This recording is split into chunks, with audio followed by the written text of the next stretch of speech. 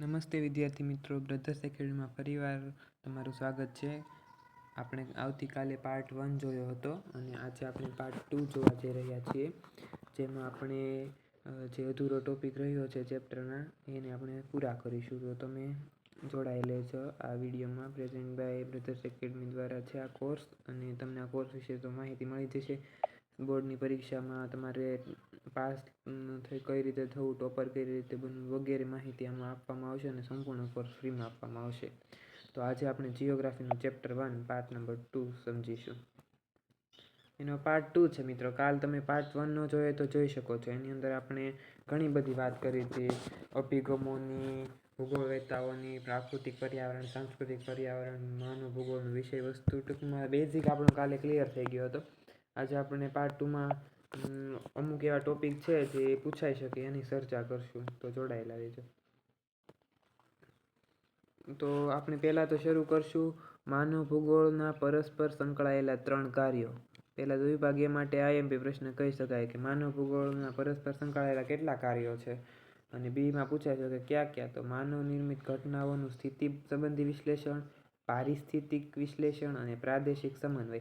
હવે તમારે આની અંદર કંઈ એટલું બધું ઊંડું ઉતરવાનું નથી. તમને હું નામ ઉપરથી આ યાદ રાખવા શીખવાડી દઉં. જો પહેલો મુદ્દો છે માનવ નિર્મિત ઘટનાઓનું સ્થિતિ સંબંધી વિશ્લેષણ. એટલે આમાં છે ને માનવીની વસ્તી, તેમની કલા, સાંસ્કૃતિક વારસો જે વગેરે બાબતો સંકળાયેલી હશે. એટલે એની સ્થિતિ કેવી છે, ટૂંકમાં આપણે કહી શકીએ કે કોઈક આર્થિક રીતે સારો હોય, કોઈક સામાજિક રીતે સારો હોય. તો આની અંદર આપણે એની કલા જોવાની છે, સાંસ્કૃતિક કલા કેવી છે તેને સંબંધિત જે વિશ્લેષણ છે ને તે આપણને પહેલા મુદ્દામાં દર્શાવ્યું છે. બીજું પારિસ્થિતિક, એટલે કે આપણને કોઈ પ્રદેશની, પારિસ્થિતિક એટલે કે કોઈ પણ પ્રદેશની માહિતી આપણને આપવામાં આવે છે, તેનો આપણે અભ્યાસ કરવામાં આવે છે. બુકની ભાષામાં પણ કહી શકો ભૌગોલિક પ્રદેશમાં માનવી અને ત્યાંનું પર્યાવરણ હોય ને ભૌગોલિક પ્રદેશનું, એની સાથેના સંબંધોને પ્રાધાન્ય આપવામાં આવે છે. એટલે એને આપણને ડીપમાં સમજાવવા માંગે તો એવી રીતે લખી શકાય. પછી ત્રીજું છે પ્રાદેશિક સમન્વય. તો એની અંદર પણ શબ્દ ઉપરથી કોઈ પણ પ્રદેશને એમાં આંતરિક અને બાહ્ય સંબંધોની સમજ મેળવવાનો છે. કોઈ પણ પ્રદેશનો ઉદ્દેશ્ય શું છે? આંતરિક એટલે કે અંદરનું, અને બાહ્ય એટલે બહારનું. એ બંનેનો ઉદ્દેશ્ય મેળવવાનો અધિકાર અથવા તો હેતુ હોય છે. પછી આપણે કીધું છે માનવીના સાંસ્કૃતિક વિકાસના આધારે બ્રુન્સ, યાદ રાખજો મિત્ર, ભૂગોળવેત્તા બ્રુન્સ અને એલ્સવર્થ હન્ટિંગ્ટન માનવ ભૂગોળ અભ્યાસ ક્ષેત્રોના જુદા જુદા વિભાગો સૂચવ્યા છે. ઘણાય સૂચવ્યા છે, પણ ટેક્સ્ટબુકની ભાષામાં બ્રુન્સ અને એલ્સવર્થ હન્ટિંગ્ટન આપણે લઈશું. જેમાં શ્રમ વિભાજન એટલે કે આપણા કારીગરો હોય, કર્મચારીઓ હોય, તેના ભાગમાં જે કામ હોય ને તેનું વિભાજન કરવામાં આવે, કોના ભાગે કેવું કામ આવશે તેનું વિભાજન આપણને આમાં કરવામાં આવે છે. જેણે બ્રુન્સ અને એલ્સવર્થ હન્ટિંગ્ટને માનવ ભૂગોળના અભ્યાસ ક્ષેત્રના ભાગ પાડ્યા ને, એમાં શ્રમ વિભાજન છે. પછી માનવ દ્વારા પ્રાકૃતિક સંપદાઓનું શોષણ, એટલે આજની પ્રાકૃતિક સંપદાઓ છે તેનું શોષણ કઈ રીતે થઈ રહ્યું છે. જેમ કે આપણે ગમે ત્યારે તાજમહેલની અંદર નથી આપણી ચમત્કારી ક્રિયાઓ દર્શાવતા, તો એ વસ્તુ નહીં કરવાની મિત્રો. આપણે પ્રાકૃતિક વસ્તુઓથી લઈને સાંસ્કૃતિક હોય કે કોઈ પણ હોય તેને બગાડવામાં આપણે કોશિશ કરવાની નહીં, કારણ કે આવનારા વારસા માટે તે જોવાલાયક રહી શકે. પછી વધુ પડતું ખનન, આમાં ખનન ઘણી પ્રકારે લઈ શકો તમે. આજના આધુનિક સમયમાં માનવી જેમ બને તેમ પોતાની ઈચ્છાથી ઘેલછા બની રહ્યો છે, જેનાથી પ્રાકૃતિક પર્યાવરણ નષ્ટ થતું જાય છે. પછી શહેરોની સમસ્યા ઘણી હોય છે. ટ્રાફિક હોય છે, ત્યાં વસ્તીનું વિતરણમાં ઘર સુવિધાઓ નથી એવી હોતી, પછી ત્યાં રોજગાર સરખો બધાને નથી મળતો, પછી જંગલો અને પ્રાણીઓનો વિનાશ વગેરે. આ મોટી સમસ્યા કહી શકાય, બ્રુન્સ અને એલ્સવર્થ હન્ટિંગ્ટને કહેલી છે. પછી મિત્રો આપણને આગળ શું આપ્યું છે, પછી માનવીના સાંસ્કૃતિક વિકાસના આધારે બ્રુન્સ અને એલ્સવર્થ હન્ટિંગ્ટને માનવ ભૂગોળના અભ્યાસ ક્ષેત્રના જુદા જુદા વિભાગો સૂચવ્યા. જો મિત્રો મેં તમને કીધું તે બધું આમાં છે. તેમાં શ્રમ વિભાજન, માનવ દ્વારા પ્રાકૃતિક સંપદાઓનું શોષણ, આ બધા ઉદાહરણ આપું ને તમારે લખવાના નહીં, હું તમને સમજાવવા માટે કહું છું. પછી વધુ પડતું ખનન, શહેરોની સમસ્યા, જંગલો અને પ્રાણીનો વિનાશ. આ હન્ટિંગ્ટને અને બ્રુન્સે એના વિભાગો આપ્યા છે કે આવી રીતે માણસ કરતો જ રહ્યો છે, પણ આપણે આનાથી શીખવાનું છે. આપણે આવું કરવાનું નથી, કારણ કે આવનારી પેઢીને પણ આનો જોવાનો મોકો મળે અને તેનો ઉપયોગ વધુમાં વધુ કરી શકે. માટે આને તમારે નષ્ટ કરવામાં ધ્યાન રાખવાનું. એવી વસ્તુ આપણે નહીં કરવાની. બીજા કરતા હોય તો તેને આપણે રોકવાના અને જાગૃતિ લાવવાની. પછી મિત્રો આગળ આપણને એક આ ચાર્ટ આપ્યો છે, તમે ઝૂમ કરીને પણ સ્ક્રીન ઉપર જોઈ શકો છો. એમાં કીધું છે આપણને ભૌતિક પરિસ્થિતિઓ, પછી સજીવ સ્વરૂપો અને માનવ પ્રવૃત્તિઓ. તો એમાં તો પહેલાં એક પૃથ્વી એક ગ્રહ સ્વરૂપે છે, દેખાતી હોય તો, એટલે લખેલું છે આમાં. પહેલાં તો પૃથ્વી એક ગ્રહ સ્વરૂપે છે, જો આમાં લખેલું છે પૃથ્વી એક ગ્રહ રૂપે. પછી એમાંથી ભૂમિ સ્વરૂપો એરા તરીકે આપેલા છે. પછી જલાવરણ છે,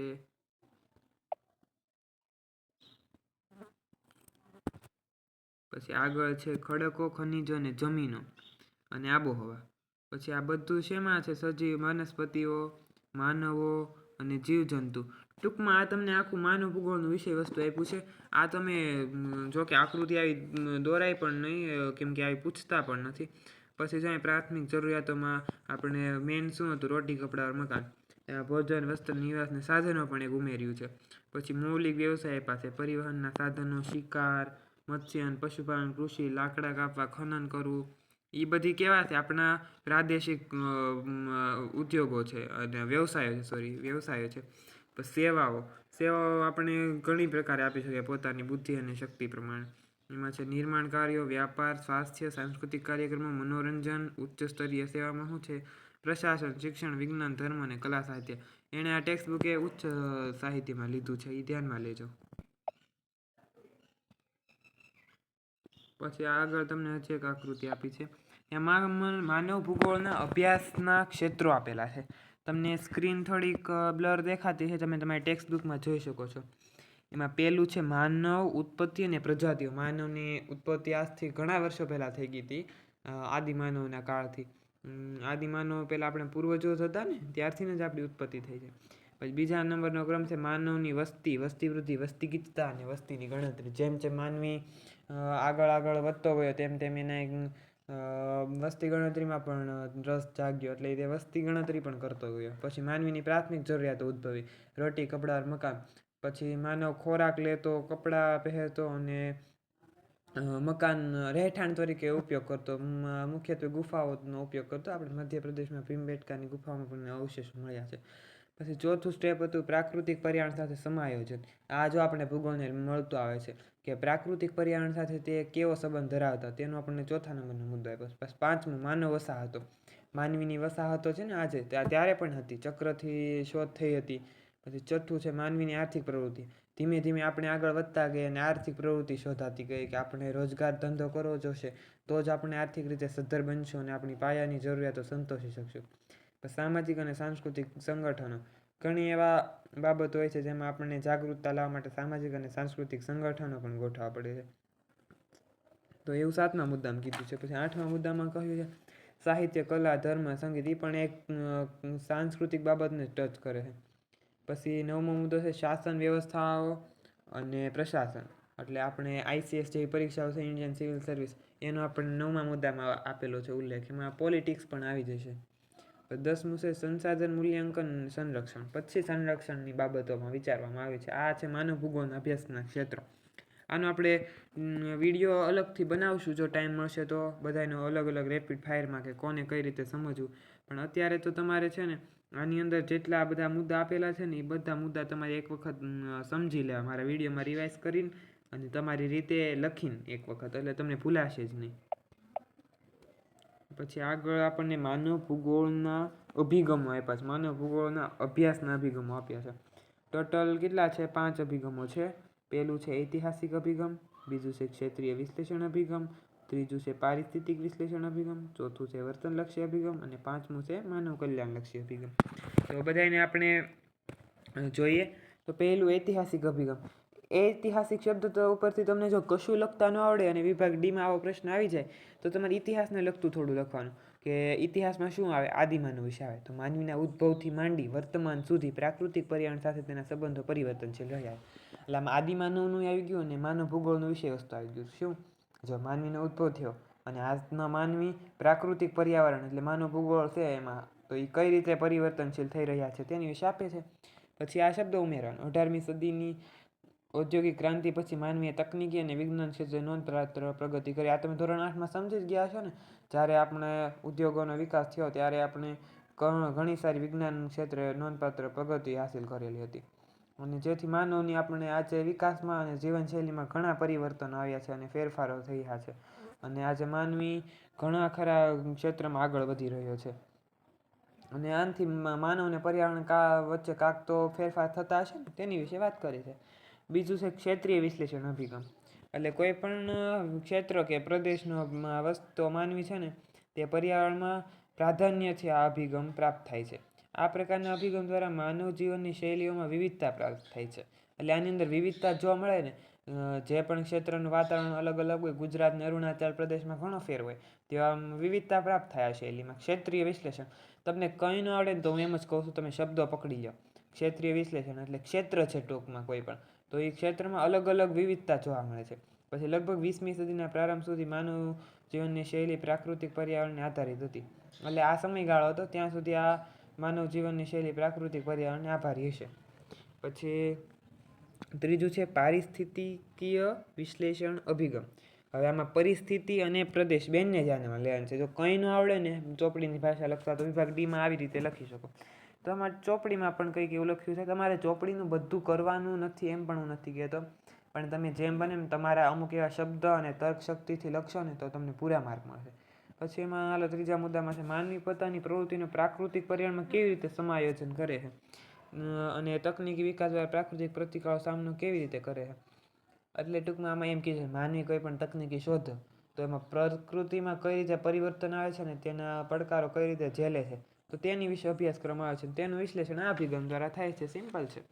અને પ્રાકૃતિક પર્યાવરણની પ્રતિકૂળ પરિસ્થિતિઓ સાથે અનુકૂલન સ્થાપવામાં જે પારિસ્થિતિક પરિવર્તન જોવા મળે છે, તેનો અભ્યાસ આ અભિગમમાં સમાવિષ્ટ છે. હવે એ આપણને શબ્દ ઉપરથી જ આવડી જાય ને કે આજના પ્રદેશના કોઈ પણ માનવી કંઈક ને કંઈક પ્રવૃત્તિઓ શોધખોળ કરીને આજની ટેકનોલોજી વિકસાવતો હોય છે. તો એની અંદર પર્યાવરણને ક્યાં ફાયદા છે, ક્યાં નુકસાન છે, ક્યાં પડકારો ઝેલવા પડે છે, એની વિશે આપેલું છે. હવે તમે એની વિશે તો કાંઈક ને કાંઈક તો લખી શકો ને. તમને હું શું કહું છું, શબ્દો પકડો. શબ્દો પકડશો એટલે તમારું પેપર 100% સારું જશે. તો ચોથું છે, હવે તમે આની અંદર કોમેન્ટમાં કહેજો કે વર્તનલક્ષી. એટલે કોઈ પણ વ્યક્તિના, આપણા નથી કહેતા વ્યક્તિના ગુણો વ્યક્તિનું વ્યક્તિત્વ આપતા હોય છે. તો આમાં તો ચોપડીમાં પણ એમ જ કંઈક લખ્યું છે. કોઈ પણ ક્ષેત્રમાં ઉત્પન્ન થતું સાંસ્કૃતિક પર્યાવરણ તે ક્ષેત્રના માનવીના વ્યક્તિગત ગુણો, માન્યતાઓ, મૂલ્યો, વ્યવહારો, રીત રિવાજો વગેરેનું પરિમાણ છે. હવે આપણને આ જોવા જ મળ્યું. હવે આપણે કારણ કે જે વિદ્યાર્થી હોશિયાર હોય અને એને માણસો સાથે વાતચીત કરતા સરખી આવડતી હોય, તો એમ ત્યાંથી એનું વ્યક્તિત્વ સારું આપણને દેખાતું હોય છે, તો એને વર્તનલક્ષી અભિગમમાં ગણી શકાય. બસ તેની માન્યતાઓ, મૂલ્યો, વ્યવહારો, એના રીત રિવાજો, તે બધું એમાં જ આવતું હોય છે. ટૂંકમાં સામાજિક બાબતો, સામાજિક બાબતો જેટલી છે ને એ બધી વર્તનલક્ષીમાં તમે નાખી શકો. બસ કોઈ પણ પ્રદેશની ભૌગોલિક પરિસ્થિતિ ત્યાંના લોકોના વર્તન પર અસર કરે છે. હવે આ તમે ધોરણ 6માં ભણી ગયા છો મિત્રો, અને ધોરણ 7માં પણ. એમાં એવું લખ્યું હોય કે ઠંડા પ્રદેશમાં વ્યક્તિનો સ્વભાવ આળસુ હોય છે, સારો હોય છે, અને ગરમ પ્રદેશમાં લોકોનો સ્વભાવ ચીડિયો હોય છે. આ તમે બધું ભણી ગયા છો, અને છતાંય હું તમને યાદ કરાવી દઉં. એટલે એમાં જો ભૌગોલિક પરિસ્થિતિ ત્યાંના લોકોના વર્તન પર અસર કરે છે. સિમ્પલ છે, સામું દેખાય છે. માનવ સમુદાયના વર્તન અને જીવનશૈલી સાંસ્કૃતિક પર્યાવરણ ઉદ્ભવે છે. એ તો આપણને ખબર જ પડી જાય ને, માનવના સમુદાયો અને એની જીવનશૈલી કેવી છે તેના ઉપરથી સાંસ્કૃતિક પર્યાવરણ ઉદ્ભવે ને. આપણે કારણ કે આ ગણેશ ચતુર્થીનો માહોલ હાલે છે, તો બધા ગણેશ ચતુર્થીથી હરખ ઉલ્લાસથી તહેવાર ઉજવે છે. તો આવા પર્યાવરણમાં એવું વાતાવરણ ઉદ્ભવે છે કે આપણે કોઈ પણ જગ્યાએ જઈએ તો આવી વાતો થતી હોય કે આવું હતું, ઓલું હતું. તો એવી રીતે આ સાંસ્કૃતિક પર્યાવરણનો ઉદ્ભવ થાય છે. પછી આની અંદર તમે અઢળક ઉદાહરણો પણ આપી શકો, પણ તમારી ભાષામાં અને ઓથેન્ટિક ફીક. પછી છેલ્લું છે માનવ કલ્યાણલક્ષી અભિગમ. આ અભિગમમાં ગરીબી, માનવનું કલ્યાણ. હવે માનવનું કલ્યાણ તમને એટલો શબ્દ તો આવડી જાય કે માનવ ગરીબ હોય અને તેનું આપણે મદદ કરવાની હોય, તો એ માનવ કલ્યાણલક્ષીમાં આવે. તો એવા અમુક શબ્દો તમે પકડી લો. જો એમાં છે ગરીબી, ભૂખમરો, દુષ્કાળ, યુદ્ધ, રંગભેદ તમે નાખી શકો. એ ઉદાહરણ બહુ સારું છે. જાતિભેદ, વર્ગ વિગ્રહ, આતંકવાદ, માનવ સર્જિત હોનારતો વગેરે પ્રાકૃતિક પર્યાવરણના સંદર્ભમાં પ્રાદેશિક અભ્યાસ કરે છે. આ અભિગમ એવા પ્રકારની સામાજિક આર્થિક વ્યવસ્થા પર ભાર મૂકે છે કે જેના દ્વારા વિશ્વના તમામ નાગરિકોને વિશ્વના બધા જ સંસાધનો પર સમાન અધિકાર અને નિયંત્રણ પ્રાપ્ત થાય છે. હવે આની અંદર તમારે શું લખવાનું ખબર? આ ઉદાહરણમાં તમે એમ લખી શકો કે આમાં માનવ કલ્યાણલક્ષી અભિગમમાં માનવીના પાયા વિહોણી વગરની વાત જે છે તેને કઈ રીતે સુધારો કરવો અને માનવ કલ્યાણ કઈ રીતે કરવું તેની ઊંડાણપૂર્વક ચર્ચા કરેલી છે. આવા પ્રશ્નો હું છેલ્લે લાવીશ ખરો, પણ છતાંય હું તમને અત્યારે કહેતો જાઉં છું. અને તમારે એક ઉદાહરણ આપવાનું કે શું કેરળની જેમ આપણે સમગ્ર ભારતમાં પણ ન જાતિમાં સુધારો કરી શકીએ? શું કેરળ જ ખાલી એક એવો પ્રદેશ છે, રાજ્ય છે કે જ્યાં સ્ત્રીઓનું પ્રમાણ વધારે રહે છે ને આપણે શું કામ નથી રહેતું? તો એવા તમે ઉદાહરણ નાખશો તો તમને માર્ક મળશે જ. પછી આપણને આગળ કીધું છે સામાજિક ન્યાયનો હેતુ સોશિયલ જસ્ટિસનો પાર પડી શકાય છે. હા, તો જ પાર પડી શકાય ને. આપણે કોઈ પણ વ્યક્તિને સમાનતાપૂર્વક જોઈશું, સ્ત્રી પુરુષનું હરખું પ્રમાણ, યુદ્ધો નહીં હોય, રંગભેદ નહીં હોય, જાતિભેદ નહીં હોય, તો જ આપણે સોશિયલ જસ્ટિસનો હેતુ પાર પાડી શકીએ ને. માનવીએ તેની પ્રાથમિક જરૂરિયાત સરળતાથી મળી રહે અને માનવ કલ્યાણ સાધી શકાય. હવે જો માનવ ભૂગોળના અભિગમ વિશે કયા વૈજ્ઞાનિકો અથવા ભૂગોળવેત્તા કહી શકો તમે? ભૂગોળવેત્તાઓના નામ છે રિટર, રેડજેલ, ફેડરિક રેડજેલ તો પણ કહી શકો, પછી એલ્સવર્થ હન્ટિંગ્ટન, બ્લાસ, જીન બ્રુન્સ, ડિમાજિયા, ફિન્ચ ટ્રેવાર્થા, પછી ડિકન્સ, વ્હાઇટ વગેરે વિદ્વાનોએ પોતાના વિચારો રજૂ કર્યા છે. આની અંદર કુમાર એલન સેમ્પલ પણ નાખી શકો, પણ જે ટેક્સ્ટ બુકની ભાષા છે તેના પહેલા પ્રયોગ કરવાનો. હવે આગળ જોઈએ, આગળ શું આપ્યું છે. પછી જો મિત્રો એક ઉપર રહી ગયો આપણે નિશ્ચયવાદ અથવા નિયતિવાદનો એક ટોપિક છે. એમાં કીધું છે આ વિચારધારા મુજબ મનુષ્યની બધી જ પ્રવૃત્તિઓ અને ક્રિયાઓ પર્યાવરણ દ્વારા નિયંત્રિત થાય છે. એટલે તમારે આ પ્રશ્ન જો અહીંથી એમ પૂછાઈ શકે કે કયા વિચારધારા મુજબ મનુષ્યની બધી જ પ્રવૃત્તિઓ અને ક્રિયાઓ પર્યાવરણ દ્વારા નિયંત્રિત થાય છે. એટલે અમુક એવી ક્રિયા હોય ને જે પર્યાવરણ દ્વારા નિયંત્રિત થતી હોય છે. જેમ કે આપણે સાદું ઉદાહરણ હું તમને આપું, આપણે જેમ બને તેમ પેટ્રોલ ડીઝલનો વધારે ઉપયોગ કરીએ છીએ તો એવી આપણને પર્યાવરણમાં આપણને અસર પહોંચાડે ને અમુક સમય પછી. કોઈ પણ માનવ સમુદાય, રાષ્ટ્રનો ઇતિહાસ, માનવ સંસ્કૃતિ, જીવનશૈલી અને વિકાસની માત્રાને પ્રાકૃતિક પર્યાવરણ અસર કરે છે. માનવ સમુદાય છે તો આપણે જોઈતા હોય છે કે અમુક ક્ષેત્રમાં બહુ સારું પર્યાવરણ હોય છે, તો ત્યાંનો માનવ સમુદાયનો સ્વભાવ સારો હોય છે. પછી તેના રાષ્ટ્રનો ઇતિહાસ પણ સારો હોય છે કે અહીંના માનવમાં એવી એકતા જોવા મળે છે, આવું જોવા મળે છે. એની સંસ્કૃતિમાં પણ સુધારા જોવા મળે છે. ત્યાં હર્ષોલ્લાસથી બધા એ સંસ્કૃતિનું પાલન કરતા હોય છે. અને તેની જીવનશૈલી પછી તો આ બધું હોય એટલે જીવનશૈલી તો હોય જ તે સારી. પછી આગળ શું આપ્યું છે આ વિચારધારા એટલે કે નિશ્ચયવાદની વિચારધારા માનવીને નિષ્ક્રિય પરિબળ ગણે છે. ટૂંકમાં નિશ્ચયવાદ જોવા મળે એટલે તમારે પર્યાવરણનું વધારે મહત્વ લખવાનું છે. માનવી નિષ્ક્રિય એટલે અમુક પ્રકારે થોડ માત્રામાં, આમ તો સાવ માત્રામાં નહીં એમ જ ગણી શકાય. પછી આની અંદર ભૂગોળવેદ છે હિપોક્રેટસ, એરિસ્ટોટલ, હિરોડોટસ, સ્ટ્રાબો વગેરે વિદ્વાનોએ માનવી ઉપર પ્રાકૃતિક સ્થિતિનો પ્રભાવ સમજાયો હતો. આ ભૂગોળવેત્તાના નામ પણ IMP છે.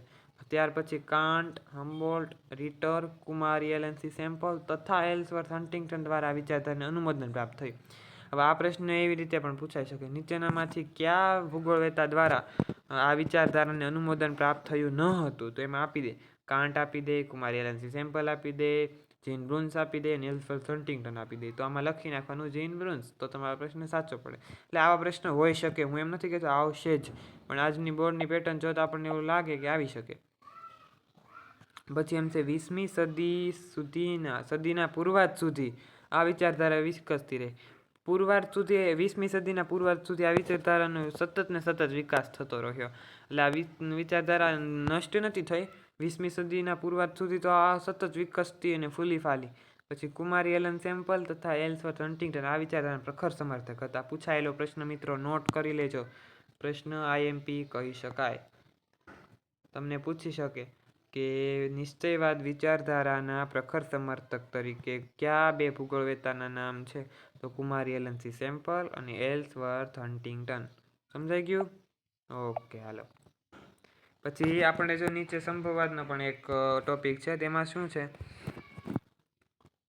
પ્રકૃતિની સરખામણીમાં માનવને મહત્વનું સ્થાન આપવામાં આવ્યું છે. તફાવત મોસ્ટ IMP પૂછાઈ શકે, સંભવવાદ અને નિશ્ચયવાદ. એમાં પહેલો જ ટોપિક લખી શકો કે સંભવવાદની અંદર પ્રકૃતિ કરતાં માનવને મહત્વ આપવામાં આવ્યું છે, જ્યારે નિશ્ચયવાદમાં પર્યાવરણને મહત્વ આપવામાં આવ્યું છે.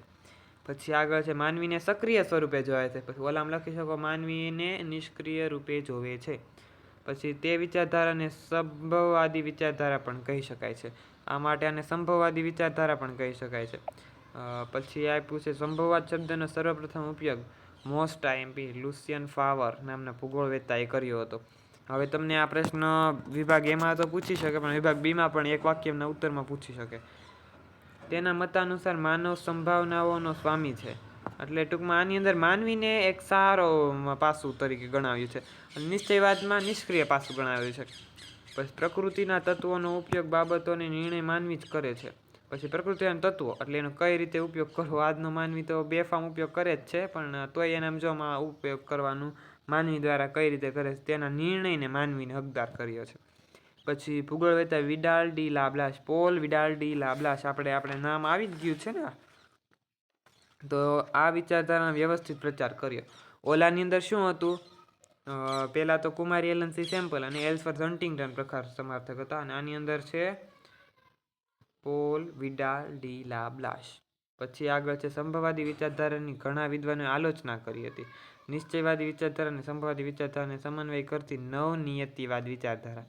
હવે આ પ્રશ્ન પૂછાઈ ગયો છે પ્રીવિયસ યર બોર્ડમાં, કે સંભવવાદ અને નિશ્ચયવાદ આ વિચારધારાનો સમન્વય કરતી વિચારધારા એટલે નવનિયતિવાદ વિચારધારા. પછી આ વિચારધારા ગ્રિફી ટેલર, આ હું જે બોલું છું ને પ્રશ્ન પૂછાઈ ગયો. જો ગ્રિફી ટેલર કે આ નવનિયતિ નામની વિચારધારા કોણે રજૂ કરી હતી, તો ગ્રિફી ટેલર. સમજાઈ ગયું. આ પ્રશ્ન તમને બોર્ડમાં પૂછાઈ ગયો એટલે તમને આ આવવાની શક્યતા રહે. તેણે સમજાવ્યું કે પ્રાકૃતિક નિયમોનું પાલન કરીને પ્રકૃતિનો ઉપયોગ માનવીને કરવાનો છે. એટલે પ્રાકૃતિક નિયમો સતત પાળવા પડશે, કે આજથી 20 વર્ષ પછી પ્રાકૃતિક પર્યાવરણને આવી જ રીતે નુકસાન પહોંચાડ્યું તો નષ્ટ થઈ જશે. તો આવી રીતે એના નિયમોનું પાલન કરીને ઉપયોગ કરવાનો છે, નહીં કે બેફામ તમારે ઉપયોગ કરવાનો છે. માનવીય સાંસ્કૃતિક પર્યાવરણને મર્યાદિત કરીને પ્રાકૃતિક તત્વોનો ઉપયોગ કરવાનો અનિવાર્ય છે. એટલે આમાં સાંસ્કૃતિક પર્યાવરણને થોડું મહત્વ ઓછું આપવામાં આવ્યું છે. આપ્યું છે પણ ઓછું. પછી એમ કીધું છે પ્રાકૃતિક પર્યાવરણને નુકસાન થશે તો માનવ સમાજ સામે માનવ સર્જિત સમસ્યા ઊભી થશે. ઓબ્વિયસલી વાત છે કે તમે પ્રાકૃતિક પર્યાવરણને નુકસાન પહોંચાડશો તો માનવનો વિકાસ આપોઆપ રૂંધાઈ જશે. સમજાઈ ગયું. આ હતી સંભવવાદની વિચારધારા. પછી છેલ્લો ટોપિક છે મિત્રો, માનવ ભૂગોળની અભિગમોની તુલના. હવે તુલના એટલે કે તફાવત, કે કોઈ વસ્તુની સરખામણી કરવાની છે. આપણે આ ટેક્સ્ટ બુકનો છેલ્લો ટોપિક છે ને, તમે ઉપસાહારમાં પણ લઈ શકો. અમુક આ શબ્દો જેમાં આપ્યું છે માનવ ભૂગોળ અભ્યાસના અભિગમો માનવ અને પ્રાકૃતિક પર્યાવરણ વચ્ચેના સંબંધોનું વિશ્લેષણ કરે છે. હવે તમને આનું આવડે ને તો તમારે ફરીથી વિડીયો જોવો પડે, કારણ કે આ વિડીયોમાં આપણે સતત કીધું હતું કે માનવ અને પ્રકૃતિ વચ્ચેના સંબંધોનું વિશ્લેષણ થાય છે. માનવ અને પ્રકૃતિના સંબંધોનું વિશ્લેષણ થાય છે. હવે તમને આવડવું જોઈએ. પછી એમાં જો નિશ્ચયવાદી વિચારધારાનો ઉપયોગ કર્યો છે. તમે કોમેન્ટમાં કહેજો નિશ્ચયવાદી વિચારધારામાં માનવને કે પર્યાવરણને કોને વધારે મહત્વ આપવામાં આવ્યું છે. અને આજે જો પ્રશ્ન મેં નથી કાઢ્યા એનું કારણ હતું કે આપણે ચેપ્ટર પૂરું કરવાનું હતું અને મારે થોડું વર્ક કરવાનું હતું. એટલે હવે આપણે આ ચેપ્ટર નંબર 1ના અમુક એવા પ્રશ્નો લઈને આવશું રેપિડ ફાયર તરીકે. પછી છે બધી જ પ્રવૃત્તિ પર્યાવરણ દ્વારા નિયંત્રિત થાય છે. માનવની બધી જ પ્રવૃત્તિ પર્યાવરણ નિયંત્રિત કરે છે, કે પર્યાવરણ શું ઈચ્છે છે. બસ કોઈ પણ રાષ્ટ્રનો ઇતિહાસ, એની સંસ્કૃતિ અને લોકોની જીવનશૈલી આગળ આપણે જોઈ ગયા છે. અને વિકાસની દિશાને પ્રાકૃતિક પર્યાવરણ અસર કરતું જ હોય છે, કંઈક ને કંઈક અંશે કરતું જ હોય છે. જ્યારે સંભવવાદી વિચારધારા પ્રાકૃતિક પર્યાવરણને બદલે માનવને વધુ મહત્વ આપવામાં આવે છે. સામું જ આપણને આગળ આપ્યું હતું કે આ પર્યાવરણમાં કોને વધુ મહત્વ આપવામાં આવે છે. હવે આપ્યું છે માનવીને પોતે જ સંભાવનાઓનો સ્વામી ગણવામાં આવ્યો છે. માનવીની સર્જન શક્તિના કારણે મનુષ્યની કેન્દ્રીય અને ક્રિયાશીલ ભૂમિકાને પ્રાધાન્ય પ્રાપ્ત થાય છે. આમાં જ આપણને એમ કીધું છે કે માનવીને સંભાવનાઓનો સ્વામી ગણવામાં આવ્યો છે. આ છે ને પ્રીવિયસ બોર્ડના એક્ઝામમાં પૂછાઈ ગયું હતું, કોને સંભાવનાઓનો સ્વામી તરીકે ઓળખવામાં આવે છે, તો માનવી. પછી આપણને કીધું છે ઐતિહાસિક અભિગમ એ બાબતને સ્પષ્ટ કરે છે કે ભૌતિક પર્યાવરણ વિશે હું વધારે નહીં ચર્ચા કરીશ, કેમ કે આપણે કાલે જોયું હતું કે એમાં પર્વતો, મેદાનો, ઉચ્ચ પ્રદેશ વગેરેનો અભ્યાસ ભૌતિક ભૂગોળમાં કરીએ છીએ, અને ભૌતિક પર્યાવરણ પણ તેનો ભાગ છે. તો એ ભૌતિક પર્યાવરણ સમતુલા જળવાશે તો જ માનવ કલ્યાણની પ્રગતિ થઈ શકે. તમે પહેલાં પ્રાકૃતિક પર્યાવરણનો સરખો અભ્યાસ કરો અને તેના નીતિ નિયમોનું પાલન કરો તો જ તમારો વિકાસ થાય ને. પ્રાકૃતિક નિયમોનું પાલન કરવાની જ માનવી પ્રકૃતિ પર વિજય મેળવી શકાશે. આ બધી ટૂંકમાં એમ જ કહે છે કે તમે જો પર્યાવરણનું ધ્યાન રાખશો તો પર્યાવરણ તમારું ધ્યાન રાખશે. તમે એટલું સમજી શકો છો. ઓકે. પછી પ્રાકૃતિક પર્યાવરણની પ્રતિકૂળ પરિસ્થિતિઓ સામે અનુકૂલન સાધવા માનવી હંમેશા પ્રયત્નશીલ રહ્યો છે. એટલે એવું નથી કે તે નિષ્ક્રિય છે, પણ હંમેશા પરિવર્તનશીલ રહ્યા છે અને પ્રયત્નશીલ રહ્યા છે. આમ માનવ કલ્યાણલક્ષી અભિગમ સામાજિક ન્યાયનો હેતુ આપે છે. સિદ્ધ થાય તે માટે વિશ્વના બધા જ માનવના સૃષ્ટિ બધા જ સંસાધનો પર સમાન અધિકાર પ્રસ્થાપિત કરે છે. એટલે આમાં કોઈ પણ વ્યક્તિ પોતાનો ઉદ્દેશ કે વર્ચસ્વ ધરાવી શકતો નથી. આ બધું વસ્તુ સમાજનું જ છે અને પ્રકૃતિનું ધ્યાન રાખીને તેનો ઉપયોગ કરવાનો છે. આ વિચારધારા સમજાવે છે કે ગરીબી, ભૂખમરો, ગૃહયુદ્ધો, અરાજકતા, રંગભેદ, આતંકવાદ વગેરે, જાતિભેદ પણ લઈ શકો વગેરે સામાજિક અને આર્થિક સમસ્યાના સંપૂર્ણ રીતે દૂર થાય તો જ માનવ કલ્યાણ શક્ય બને. નાના બાળકોને ખબર પડે કે આ વસ્તુ દૂર થાય તો જ. આપણે પેલા અંગ્રેજોને ગુલામીમાં હતા ત્યારે આ વસ્તુ આપણને જોવા મળતી અને ત્યાં શું આપણો ત્યારે વિકાસ થઈ ગયો હતો. તો હવે આ વસ્તુ ન હોય તો જ વિકાસ થાય ને, તો જ માનવ કલ્યાણ શક્ય બને. આ વસ્તુ ન હોય ને તો જ માનવ કલ્યાણ શક્ય બને. આમ માનવ ભૂગોળના અભ્યાસના ભિન્ન ભિન્ન અભિગમો માનવને કેન્દ્ર સ્થાને રાખી શકે છે. આખા ચેપ્ટરમાં માનવ વિશે વધારે ચર્ચા કરેલી મિત્રો. પછી માનવીના થર તરીકે પૃથ્વીના અભ્યાસનું દિશા દર્શન કરાવે છે. મિત્રો અહીં આપણે પ્રથમ ચેપ્ટર માનવ ભૂગોળ પરિચય પૂરું કરેલું. મેં મારું 100% આપેલું છે. અને તમને જો આ વિડીયો ગમે અને તમારા મિત્રોને આ વિડીયોની જરૂર હોય તો તમે તેના સમક્ષ શેર કરી શકો છો. અને આગળ આપણે ચેપ્ટર નંબર 2 લાવીશું અને આ ચેપ્ટર નંબર 1ના હું ટાઈમ મળશે ત્યારે ક્વેશ્ચન પણ સોલ્વ કરાવીશ, જેથી તમારું રિવિઝન થઈ શકે. કારણ કે આજે મારે થોડું કામ હતું એટલે મેં કીધું પહેલાં ચેપ્ટર પૂરું કરી દો. તો ઓકે વિદ્યાર્થી મિત્રો, અહીં આપણે ચેપ્ટર પૂર્ણ કરીએ છીએ. Thanks for watching. તમે અમારી બ્રધર્સ એકેડમીને જોઈન કરી શકો છો. સંપૂર્ણપણે ફ્રી જ આપવામાં આવે છે કોર્સ. યુટ્યુબ ચેનલ છે, ટેલિગ્રામ ચેનલ છે અને ઇન્સ્ટાગ્રામનો પેજ પણ છે. તમને ડિસ્ક્રિપ્શનમાં તમામની લિંક મળી જશે. ઓકે મિત્રો, બાય.